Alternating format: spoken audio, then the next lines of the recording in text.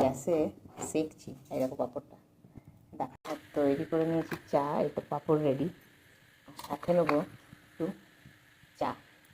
চাটাই নিয়েছি, একদমই ঘরোয়া ব্যাপার, কাপে খেতে পছন্দ করি না, অনেকটা চা খাবো, মানে বেসিক্যালি এটা কাড়া টাইপের করেছি সেই জন্য।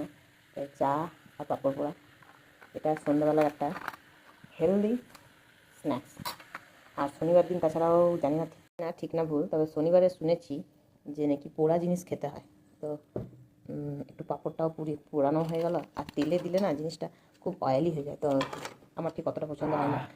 আর এদিকে বর খাচ্ছে, তোমাদের দাদা ভাই, আর প্রথমে বলছিল না ভালো লাগবে না, তারপর একবার যখন ট্রাই করিয়ে দিয়েছি, তারপরে পরপর দুটো খেয়ে বলছে বাহ খুব ভালো লাগছে তো খেতে। কখনো না এই পাঁপড় পোড়াটা ট্রাই করে, খুব টেস্টি লাগে, দেখছি কতটা ক্রিস্পি,